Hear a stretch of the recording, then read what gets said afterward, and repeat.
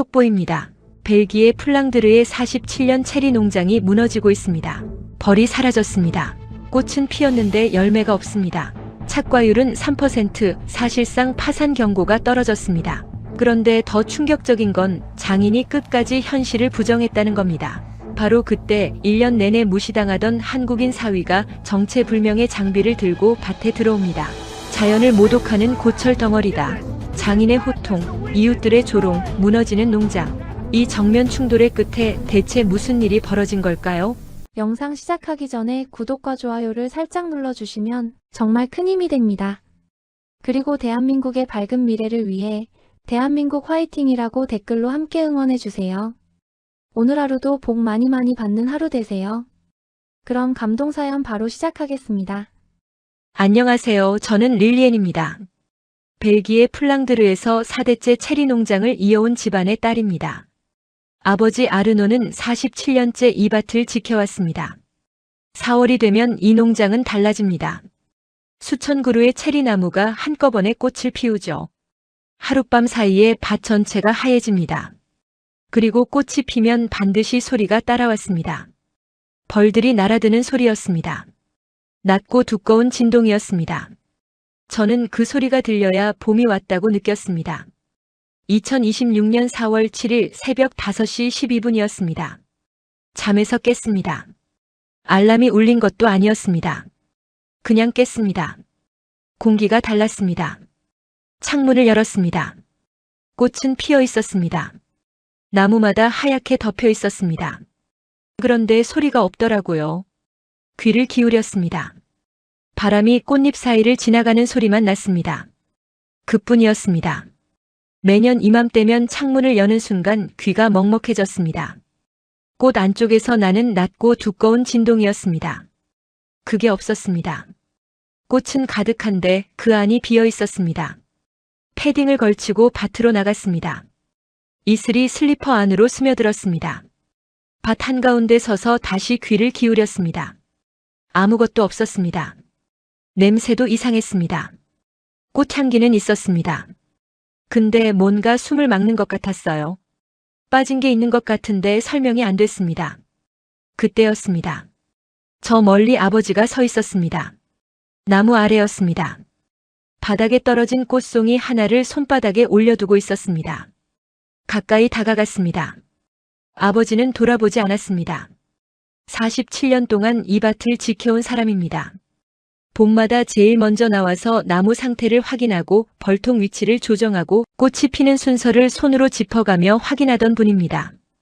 그 손은 언제나 먼저 움직였습니다. 그런 아버지가 그날은 그냥 서 있었습니다. 손바닥 위 꽃을 내려다보면서요. 아버지의 손이 떨리고 있더라고요. 손바닥 위 꽃잎이 흔들렸습니다. 바람 때문이 아니었습니다. 저는 그걸 보면서 발이 멈췄습니다. 릴리엔. 낮은 목소리였습니다. 작년엔 몇 마리 있었지? 저는 대답하지 못했습니다. 아버지는 이미 알고 있었습니다. 확인하고 싶지 않았던 거였죠. 벌이 없었습니다. 그게 있어야 꽃이 열매가 됩니다. 아버지는 47년 동안 그 순서를 한 번도 의심한 적이 없었습니다. 당연한 순서였으니까요. 그해 봄은 꽃이 가장 많이 피었습니다. 아버지 농장 역사상 가장 화려한 봄이었습니다. 그런데 바닥에는 꽃송이가 쌓이고 있었습니다. 열매가 되지 못한 꽃들이었습니다. 어제 핀 꽃이 오늘 이미 바닥에 있었어요. 아버지는 그 꽃을 손바닥 위에 올려둔 채 오래 서 있었습니다. 아무 말도 하지 않았습니다. 그 넓던 어깨가 그날따라 작아 보였습니다. 저는 주머니 속 휴대폰을 꽉 쥐었습니다. 남편 태호에게 전화해야 했습니다. 손가락이 움직이지 않았습니다. 아버지는 태호를 단 한 번도 인정하지 않으셨으니까요. 1년 동안 단 한 번도. 아버지는 한 번도 봄을 의심한 적이 없었습니다. 그날이 처음이었습니다.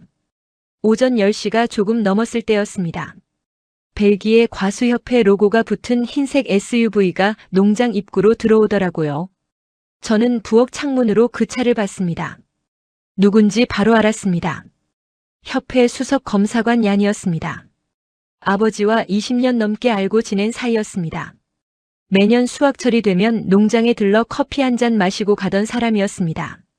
그런데 그날 차에서 내리는 모습이 달랐습니다. 발걸음이 빨랐습니다. 인사를 나누기도 전에 라텍스 장갑을 끼고 곧장 밭으로 걸어 들어갔습니다. 아버지가 뒤를 따라갔습니다. 저도 따라갔습니다.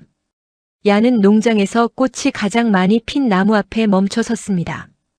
허리춤에서 금속 가위를 꺼냈습니다. 그리고 아무 말 없이 꽃가지 몇 송이를 잘라냈습니다. 서걱. 고요한 밭에 그 소리만 울렸습니다. 잘린 꽃가지가 그의 손바닥 위에 떨어졌습니다.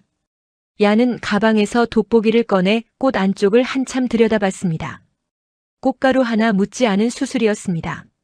그의 미간이 깊게 파이더라고요. 저는 그 표정을 보면서 이미 알았습니다. 좋은 말이 나올 얼굴이 아니었습니다. 얀이 장갑을 벗으며 입을 열었습니다. 아르노, 솔직하게 말하죠. 이건 끝난 겁니다.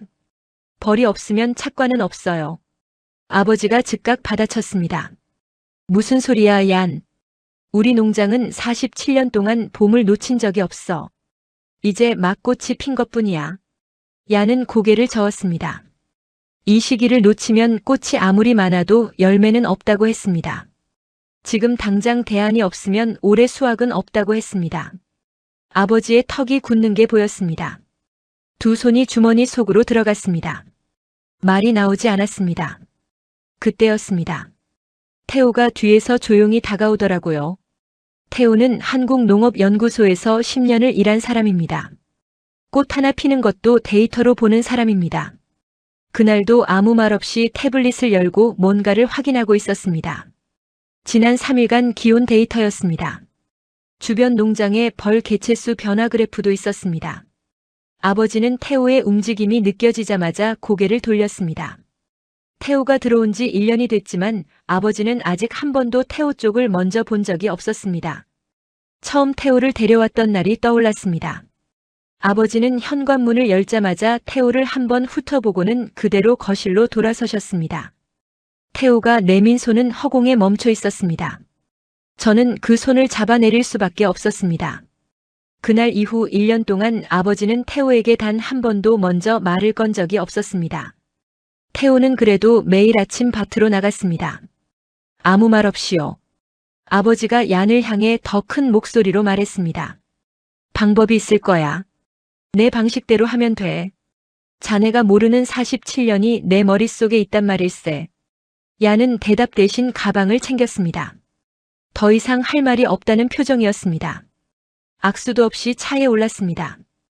SUV가 먼지를 일으키며 농장 입구를 빠져나갔습니다. 농장이 조용해졌습니다. 꽃은 여전히 하였습니다. 그런데 그 흰색이 이상하게 무거웠습니다. 얀이 잘라낸 꽃가지가 바닥에 그대로 떨어져 있었습니다. 아무도 줍지 않았습니다. 꽃가루 한 점 묻지 않은 깨끗한 수술이 하늘을 향해 있었습니다. 아버지는 밭 한가운데 서 있었습니다.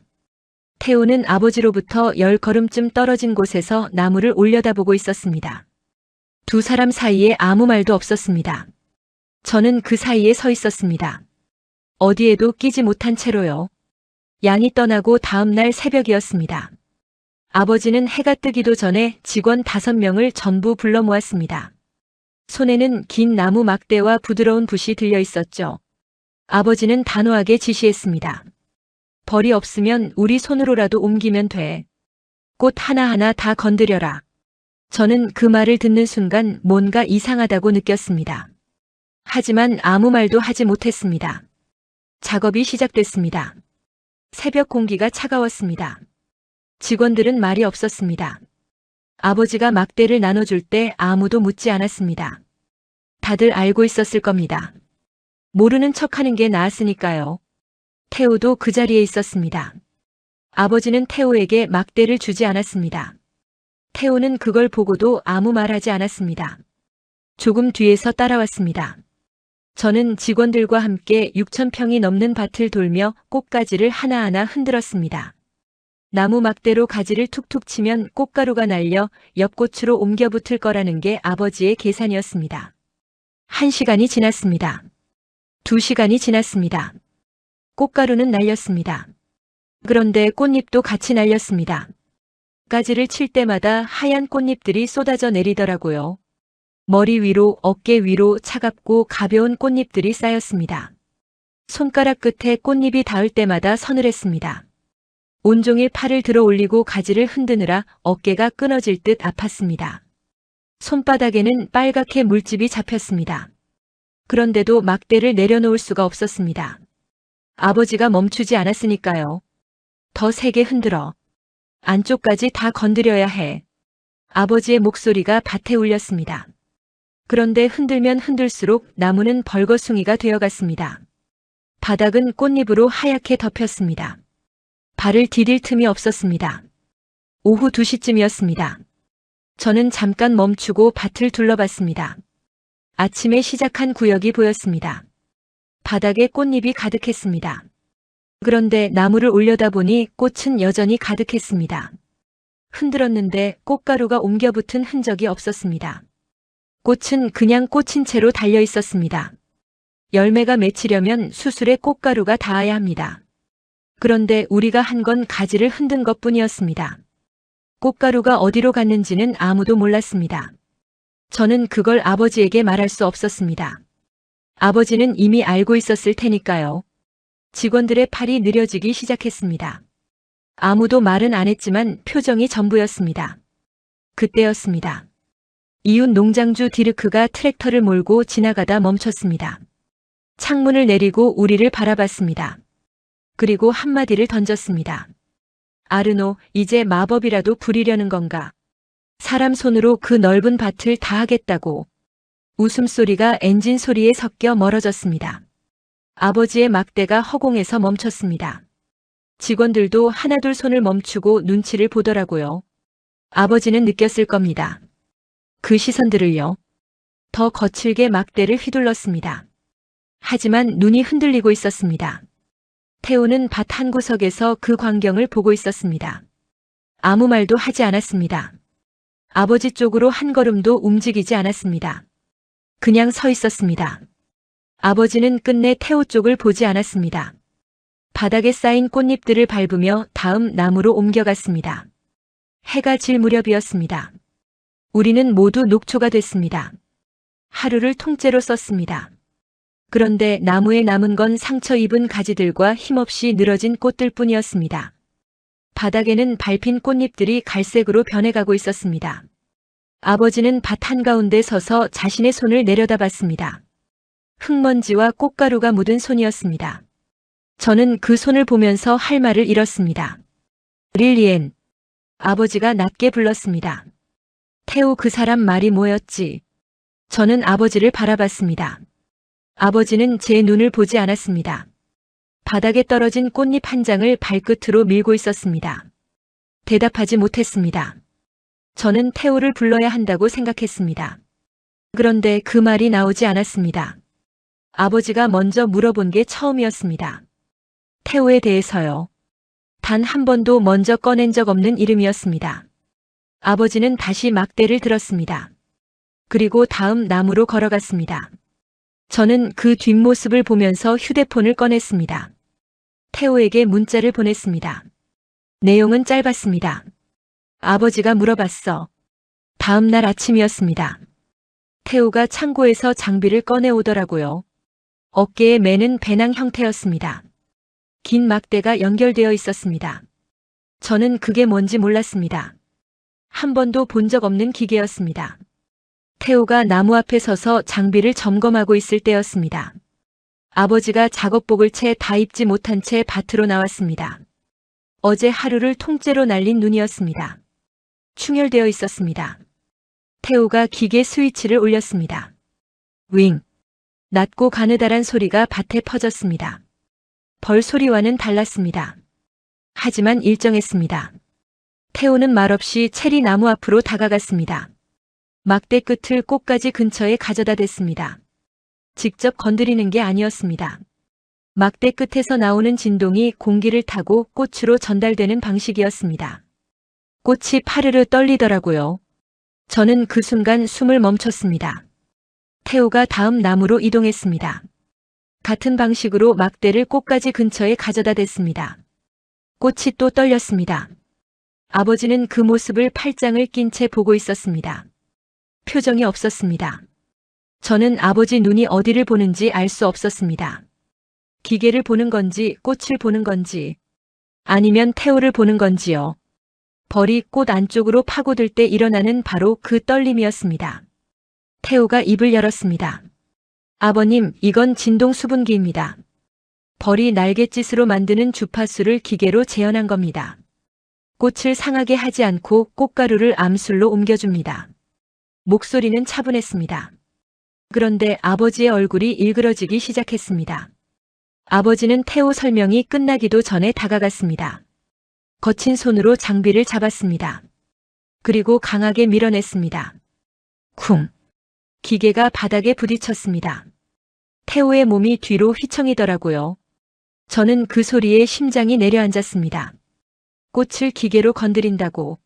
아버지의 목소리가 밭에 울렸습니다. 100년 넘게 이 농장은 자연대로 해왔어. 어디서 온지도 모르는 고철 덩어리를 내 나무에 들이대. 그때 얀이 끼어들었습니다. 그날도 밭 근처에 차를 세워두고 있었습니다.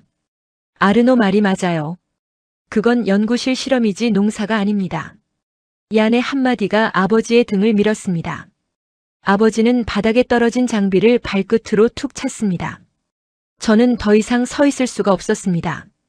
아버지 앞으로 걸어갔습니다. 아버지, 지금 순리 따질 때가 아니잖아요. 꽃이 다 지고 있어요. 태호 말 한 번만 들어주면 안 돼요. 아버지의 눈이 저를 봤습니다. 차가웠습니다. 그 기계 당장 치워. 내 눈앞에 한 번만 더 보이면 부숴버린다. 아버지는 뒤도 돌아보지 않고 농막으로 들어갔습니다. 태호는 아무 말 없이 바닥에 쓰러진 장비를 일으켜 세웠습니다. 옷에 묻은 흙을 털었습니다. 그러다 저를 보더라고요. 화가 난 게 아니었습니다. 오히려 괜찮다는 듯 작게 웃었습니다. 그런데 장비를 잡은 손등에는 핏줄이 굵게 솟아 있었습니다. 하얀 꽃잎이 바람에 날려 태호 발등 위로 떨어졌습니다. 어제 아버지가 막대로 흔들어 상처 입은 꽃들이었습니다. 태호는 그 꽃잎을 한참 내려다봤습니다. 아무 말도 하지 않았습니다. 그날 밤 창고 불이 꺼지지 않았습니다. 저는 자정이 넘어서도 창고 불빛이 새어나오는 걸 봤습니다. 태호가 혼자 장비를 다시 조정하고 있었습니다. 벨기의 기온과 습도에 맞춰 진동 주파수를 바꾸고 있었던 겁니다. 저는 문을 열지 못했습니다. 그냥 불빛만 봤습니다. 몇 시간 뒤 창고 문이 열렸습니다. 태호가 나왔습니다. 손에는 수첩이 들려 있었습니다. 뭔가를 적고 있었습니다. 저는 뭐라고 적는 건지 보지 않았습니다. 볼 수가 없었습니다. 아버지가 아직 자지 않고 있었으니까요. 농막 창문에 불이 켜져 있었습니다. 두 사람 사이에 서 있는 게 그날따라 유난히 무거웠습니다. 아버지는 그날 이후 태호를 보지 않았습니다. 아무것도 바뀌지 않은 것 같았습니다. 그런데 꽃은 계속 지고 있었습니다. 사흘이 지났습니다. 아버지는 그날도 새벽 4시에 나갔습니다. 저는 창문으로 봤습니다. 돋보기를 들고 꽃 안쪽을 들여다보고 있었습니다. 한 나무, 두 나무. 멈추지 않았습니다. 1시간이 지났습니다. 아버지는 같은 나무 앞에 서 있었습니다. 돋보기를 내리지 않은 채로요. 저는 그게 뭘 의미하는지 알았습니다. 아무것도 없는 겁니다. 꽃 안쪽에 꽃가루 한 점 없는 겁니다. 저는 그날 아침 아버지 옆에 서봤습니다. 아버지가 돋보기로 들여다보는 꽃수술 끝이 보였습니다. 하였습니다. 깨끗했습니다. 꽃가루가 묻어야 할 자리가 아무것도 없이 말라 있었습니다. 아버지는 그 꽃을 내려놓고 다음 나무로 걸어갔습니다. 뒤를 돌아보지 않았습니다. 저는 그 꽃을 집어들었습니다. 손바닥에 올려봤습니다. 차가웠습니다. 어제보다 더 가벼운 것 같았습니다. 열매가 되지 못한 꽃은 그렇게 가벼워지더라고요. 기온은 예보보다 더 가파르게 떨어졌습니다. 벌의 날갯짓 소리가 사라진 자리에 남은 건 열매가 되지 못한 채 말라가는 꽃들의 비릿한 냄새뿐이더라고요. 그때였습니다. 농장 울타리 너머 디르크의 밭이 눈에 들어왔습니다. 꽃이 진 자리마다 깨알 같은 초록색 점들이 매달려 있었습니다. 저는 발이 멈췄습니다. 우리 농장은 여전히 하얀색이었습니다. 울타리 하나를 사이에 두고 옆 농장은 이미 초록빛으로 가득 차 있었습니다. 아버지도 봤습니다. 고개를 돌렸습니다. 하지만 눈동자가 떨리고 있더라고요. 47년 동안 단 한 번도 옆 농장에 뒤처진 적 없는 사람이었습니다. 저는 태호가 작업한 구역으로 걸어갔습니다. 사흘 동안 혼자 진동 장비를 들고 작업한 10그루였습니다. 가지를 들여다봤습니다. 작았습니다. 손톱만 했습니다. 하지만 있었습니다. 초록색이었습니다. 손끝으로 건드렸습니다. 단단했습니다. 살아있는 것의 단단함이었습니다. 옆 가지를 봤습니다. 또 있었습니다. 세어보니 12개였습니다. 태호가 아직 작업하지 않은 구역 나무를 봤습니다. 꽃이 말라가고 있었습니다. 같은 나무였습니다. 같은 땅이었습니다. 다른 건 태호의 장비뿐이었습니다. 저는 아버지 쪽을 봤습니다. 아버지는 반대편 밭에서 돋보기를 들고 있었습니다. 태호 구역은 보지 않았습니다. 저는 그 자리에 한참 서 있었습니다. 태호 구역 열매를 다시 봤습니다. 손톱만 한 초록색이었습니다. 아직 아무것도 아닌 것 같았습니다. 그런데 저는 그게 왜 그렇게 크게 보였는지 모르겠습니다. 디르크 농장 울타리 너머 열매들이 떠올랐습니다. 저것들도 처음엔 이렇게 작았을 겁니다. 손톱만 하고 단단하고 초록색이었을 겁니다. 저는 태호를 찾았습니다. 창고 쪽에 있었습니다. 장비를 손에 들고 다음 구역 나무를 보고 있었습니다. 아버지가 있는 방향이었습니다. 저는 태호에게 걸어갔습니다. 그리고 조용히 말했습니다. 아버지 구역도 해달라고요. 태호는 잠깐 저를 봤습니다. 그리고 고개를 끄덕였습니다. 아무 말도 하지 않았습니다. 오후가 되자 과수조합에서 통지서가 왔습니다. 예상 수확량이 최저 기준에 미달해 출하가 불가능할 수 있다는 경고였습니다. 얀이 다시 농장을 찾아온 것도 그때였습니다. 손에 서류 뭉치가 들려 있더라고요. 얀이 아버지를 마주보고 말했습니다. 아르노, 이건 고집의 문제가 아닙니다. 착과율이 3% 미만이에요. 이 수치로는 인건비도 건질 수 없어요. 얀은 태블릿을 켰습니다. 우리 농장 그래프였습니다. 붉은색이었습니다. 주변 농장들 선이 위로 올라갈 때 우리 농장 선만 바닥을 기고 있었습니다. 아버지는 그 숫자를 보고도 입을 열지 않았습니다. 대신 소리를 질렀습니다. 숫자가 농사를 짓는 게 아니야. 저건 종이 조각이라고. 우리 나무들은 조금 늦는 것뿐이야. 얀이 다시 말하려 했습니다. 아버지가 손을 들어 막았습니다. 서류를 밀쳐냈습니다. 종이가 바닥에 흩어졌습니다. 아무도 죽지 않았습니다. 얀은 서류를 다시 집어넣고 가방을 쌌습니다. 아버지를 한 번 봤습니다. 더 이상 말하지 않았습니다. SUV가 농장을 나갔습니다. 조용해졌습니다. 바람이 밭을 지나갔습니다. 서걱거리는 소리가 났습니다. 꽃잎이 날리는 소리였습니다. 저는 바닥을 봤습니다. 얀이 떠난 자리에 서류 한 장이 남아 있었습니다. 바람에 반쯤 날아간 채로요. 착과율 3%. 그 숫자가 보였습니다. 저는 그 종이를 밟고 지나갔습니다. 아버지가 들어간 밭 쪽으로 걸어갔습니다. 아버지 등이 보였습니다. 멈춰 서 있었습니다. 텅 빈 가지 앞에서요. 아버지는 밭으로 걸어 들어갔습니다. 발밑에서 꽃잎이 갈색으로 짓밟혔습니다. 바스락거리는 소리가 났습니다. 해가 질 무렵이었습니다. 아버지는 텅 빈 가지를 붙잡고 서 있었습니다. 오래 서 있었습니다. 저는 태호를 봤습니다. 태호는 시험 구역 나무 앞에 쪼그려 앉아 열매 하나를 들여다보고 있었습니다. 수첩에 뭔가를 적었습니다. 두 사람 사이 거리는 10걸음도 안 됐습니다. 아버지는 끝내 그쪽을 보지 않았습니다. 그날 밤은 유난히 길었습니다. 저는 잠을 못 잤습니다. 창문 너머로 밭을 보고 있었습니다.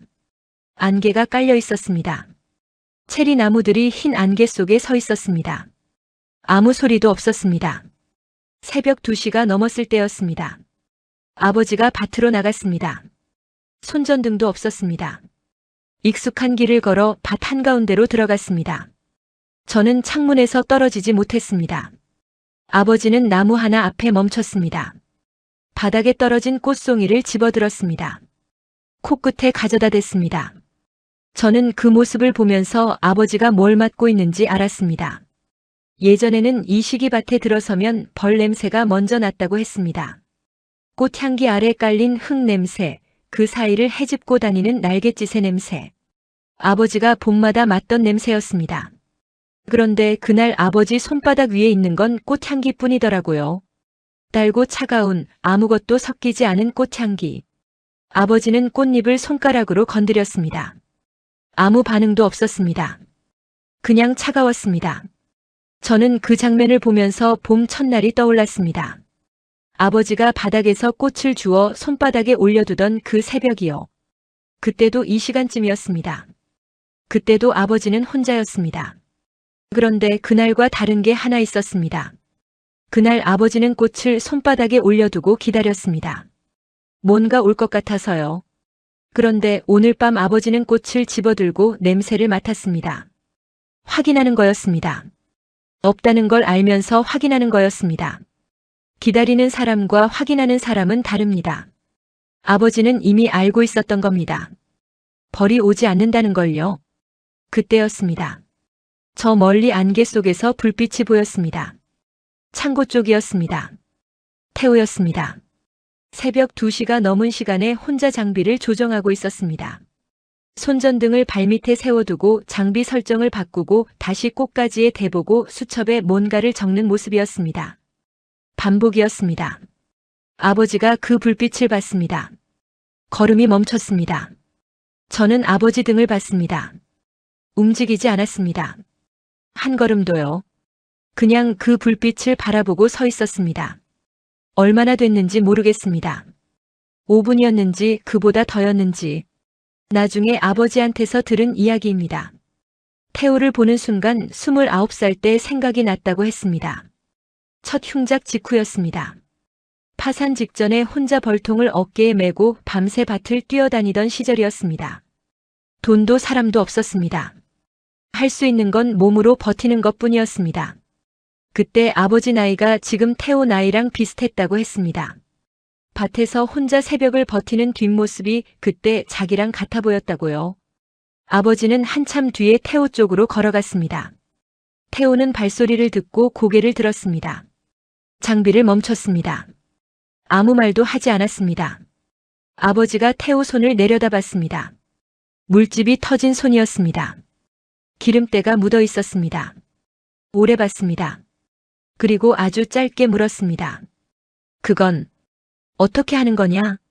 저는 그 말을 창문 너머로 듣지 못했습니다. 다음 날 아침 태호한테서 들었습니다. 아버지가 그렇게 물었다고요. 태호는 설명하지 않았습니다. 그냥 장비 손잡이를 아버지 쪽으로 조금 내밀었습니다. 아버지가 손을 뻗었습니다. 잡았습니다. 아버지가 그날 밤 뭘 느꼈는지 저는 모릅니다. 하지만 다음 날 아침 아버지 얼굴이 달라 보였습니다. 뭔가를 내려놓은 사람 같았습니다. 47년을 붙들고 있던 게 뭔지는 몰라도 그게 조금 가벼워진 것 같더라고요.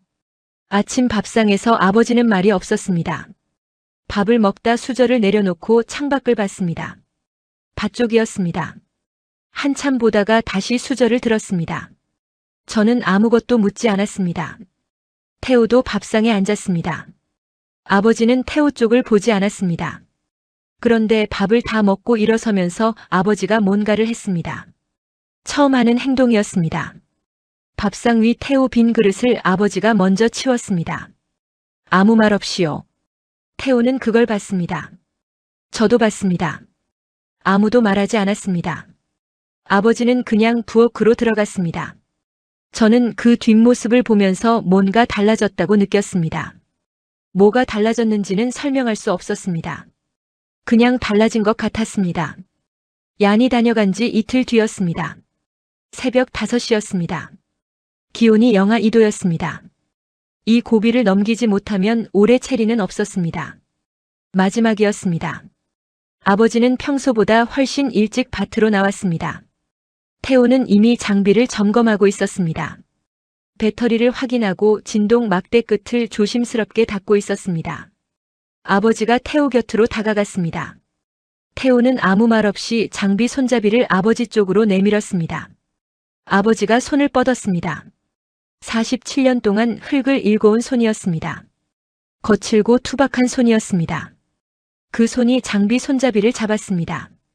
지난번 밀쳐낼 때와는 달랐습니다. 아주 조심스러웠습니다. 저는 그 손을 봤습니다. 지난번 그 손이었습니다. 태호 장비를 밀어냈던 손이요.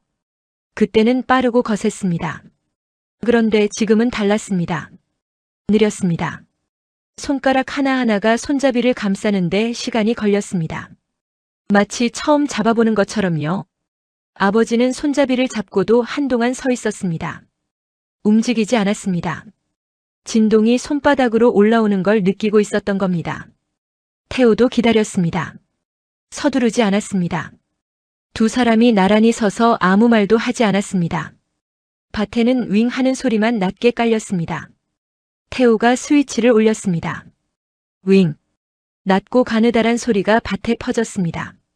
그 소리가 손잡이를 타고 손바닥으로 올라오더라고요. 미세한 진동이었습니다. 아버지 손이 잠깐 굳었습니다. 그러다 천천히 풀렸습니다. 아버지가 첫 번째 체리 나무 앞에 섰습니다. 숨을 죽였습니다. 태호가 알려준 대로 막대 끝을 꽃가지 근처에 가져다 댔습니다. 직접 건드리지 않았습니다. 공기 사이로 진동이 전달되는 방식이었습니다. 꽃이 떨렸습니다. 파르르. 저는 그 순간 숨을 멈췄습니다. 꽃 안쪽에서 꽃가루가 피어올랐습니다. 안개처럼 흩어졌습니다. 벌이 꽃 중심부를 흔들 때 나오는 그 떨림이었습니다. 윙 하는 소리가 꽃 전체로 번졌습니다. 아버지 손바닥에서 꽃까지 진동이 이어지고 있었습니다. 아버지는 눈을 떼지 못했습니다. 다음 나무로 옮겼습니다. 또 떨렸습니다. 그 다음 나무도 떨렸습니다. 처음에는 서툴렀습니다. 막대를 너무 가까이 대기도 하고 방향이 틀리기도 했습니다. 그런데 시간이 갈수록 달라졌습니다. 어느 가지에 꽃이 먼저 피는지, 어느 쪽이 햇빛을 더 받는지. 47년 동안 몸으로 익힌 감각이 손끝에서 깨어나고 있었습니다. 아버지 동작이 태호보다 정교해지기 시작했습니다. 태호는 아버지 뒤를 따라다니며 꽃 상태를 확인했습니다. 아무 말도 하지 않았습니다. 아버지가 지나간 자리마다 꽃들이 흔들렸습니다. 벌이 사라진 자리를 두 사람이 채우고 있었습니다. 오전 내내 그랬습니다. 아버지는 쉬지 않았습니다. 물도 마시지 않았습니다. 저는 중간에 물을 가져갔습니다. 아버지는 받지 않았습니다. 손을 놓고 싶지 않았던 거였습니다. 태호가 옆에서 물병을 들어줬습니다. 아버지는 그때 처음으로 태호 쪽을 봤습니다. 짧게 봤습니다. 그리고 다시 나무를 봤습니다. 저는 그걸 놓치지 않았습니다. 아버지가 태호 쪽을 먼저 본 건 처음이었습니다. 오후가 됐습니다. 직원들이 나왔습니다. 아버지가 장비를 들고 있는 모습을 봤습니다. 아무도 말하지 않았습니다. 그냥 각자 할 일을 하기 시작했습니다. 디르크가 울타리 너머에서 이쪽을 보고 있었습니다. 창문을 내리지 않았습니다. 그냥 봤습니다. 멈춰서 한참을요. 그리고 트랙터를 몰고 갔습니다. 오전이 지나고 오후가 됐습니다. 아버지는 멈추지 않았습니다. 손등에 핏줄이 솟았습니다. 장갑도 끼지 않았습니다. 진동이 손바닥을 통해 그대로 전해지는 게 더 정확하다고 했습니다. 사흘이 지났습니다. 아버지가 새벽에 밭으로 나갔습니다. 저도 따라갔습니다. 아버지는 태호 시험 구역이었던 나무 앞에 멈췄습니다. 허리를 굽혔습니다. 돋보기 없이 가지를 들여다봤습니다. 초록색이었습니다. 손톱만 했습니다. 작았습니다. 그런데 있었습니다. 꽃이 지고 난 자리에 단단한 게 달려 있었습니다. 아버지가 손가락 끝으로 건드렸습니다. 저는 그 손을 봤습니다. 떨리고 있더라고요. 아버지는 아무 말도 하지 않았습니다. 일어나서 다음 나무로 걸어갔습니다. 거기도 있었습니다. 그 다음 나무도요. 아버지 발걸음이 빨라졌습니다. 저는 아버지 뒤를 따라다녔습니다. 아버지가 세는 걸 저도 셌습니다. 열, 스물, 서른. 가지마다 달려 있었습니다. 크지 않았습니다. 아직 아무것도 아닌 것 같았습니다. 그런데 있었습니다. 분명히 있었습니다. 아버지가 어느 나무 앞에서 멈췄습니다. 오래된 나무였습니다. 농장에서 가장 먼저 꽃이 피는 나무였습니다. 아버지가 손을 뻗었습니다. 가지를 잡았습니다. 열매 하나를 손끝으로 감쌌습니다. 눈을 감았습니다. 저는 그 옆에 서 있었습니다. 아무것도 말하지 않았습니다. 그때였습니다. 얀의 SUV가 농장 입구로 들어왔습니다. 얀은 차에서 내리자마자 밭으로 걸어왔습니다. 그러다 멈췄습니다. 루페를 꺼냈습니다. 가지 하나를 잡고 들여다봤습니다. 오래 봤습니다. 고개를 들었습니다. 아르노, 이건 단순한 실험이 아닙니다. 벌이 없어도 열매가 맺혔습니다. 이건 공학이에요. 아버지는 얀을 보지 않았습니다.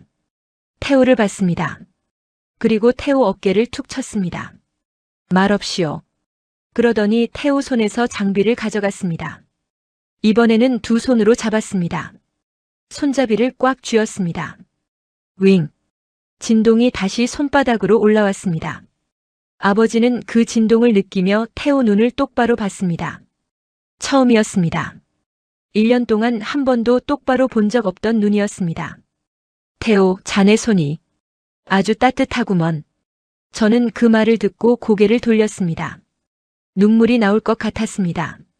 아버지가 테오 이름을 부른 건 그날이 처음이었습니다. 1년 동안 단 한 번도 없었던 일이었습니다. 밭 위로 아침 햇살이 퍼지고 있었습니다. 초록색 열매들이 가지마다 매달려 있었습니다. 벌은 없었습니다. 그런데 봄이 왔습니다. 2달이 지났습니다. 6월이었습니다. 밭이 달라졌습니다. 하얀 꽃들은 사라졌습니다. 그 자리에 붉은 체리들이 달려 있었습니다. 가지가 무게를 못 이겨 고개를 숙이고 있었습니다. 수확 첫날이었습니다. 벌은 돌아오지 않았습니다. 올해도 농장은 조용했습니다. 그런데 나무마다 열매가 달려 있었습니다. 저는 아침에 밭에 들어서면서 멈췄습니다. 6월에 이렇게 붉은 걸 본 게 언제였는지 생각이 안 났습니다. 직원들이 사다리를 폈습니다. 바구니가 부딪히는 소리가 났습니다. 아버지가 밭 한가운데로 걸어갔습니다. 가장 오래된 나무 앞이었습니다.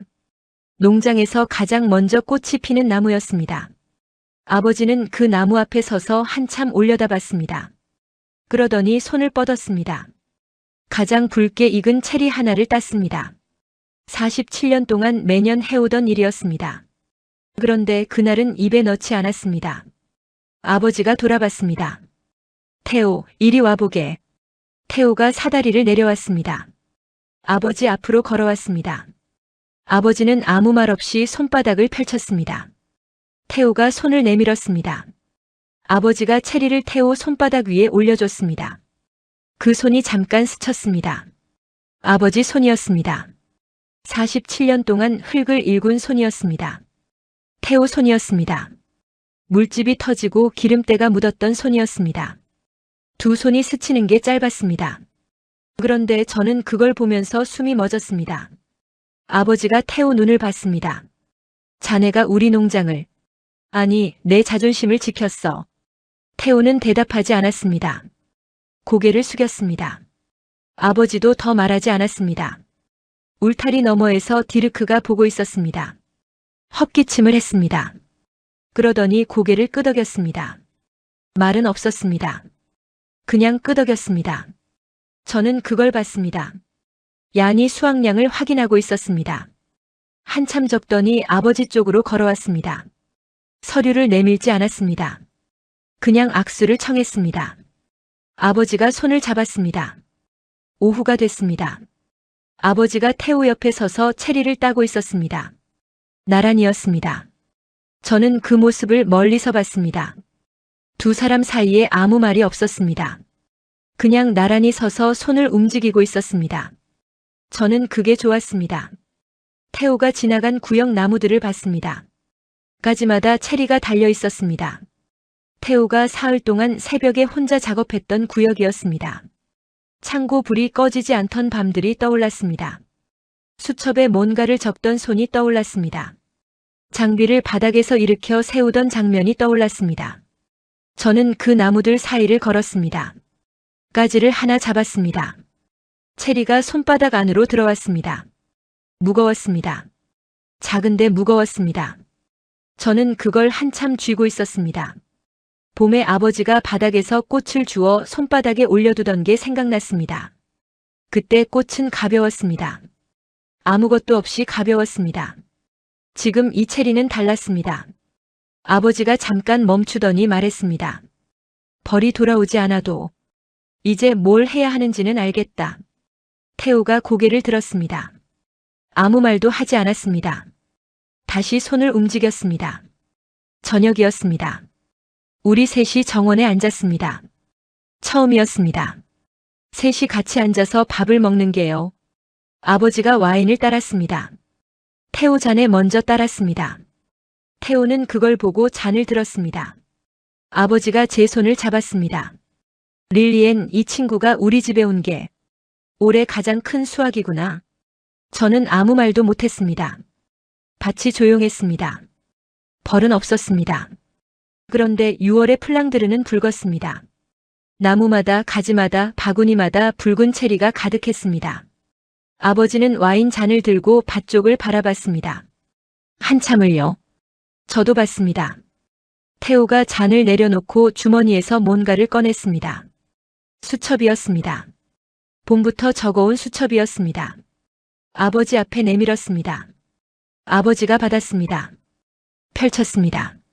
숫자들이 가득했습니다. 기온, 습도, 꽃가루 밀도, 진동, 주파수. 아버지는 한 장씩 넘겼습니다. 오래 봤습니다. 그러더니 수첩을 덮고 태호 쪽으로 밀었습니다. 돌려주는 게 아니었습니다. 태호에게 주는 거였습니다. 태호가 받았습니다. 아무도 말하지 않았습니다. 벌이 사라진 봄이었습니다. 47년 동안 자연의 순서를 믿어온 장인이 처음으로 그 순서가 어긋나는 것을 보았습니다. 그리고 처음으로 다른 사람의 손을 믿었습니다. 아르노가 태호의 장비를 두 손으로 잡기까지 걸린 시간은 한 계절이었습니다. 그 한 계절 동안 태호는 단 한 번도 자신을 앞세워 설명하지 않았습니다. 밀려나도 장비를 다시 일으켜 세웠고 거부당해도 다음날 다시 밭으로 나왔습니다. 그는 말이 아니라 손으로 하루하루를 쌓아가며 자신의 진심을 증명했습니다. 진심은 설득이 아닙니다. 반복입니다. 보이지 않는 곳에서 묵묵히 쌓인 하루하루가 결국 47년의 고집을 녹였습니다. 가장 완고한 마음도 가장 성실한 하루 앞에서는 결국 열립니다.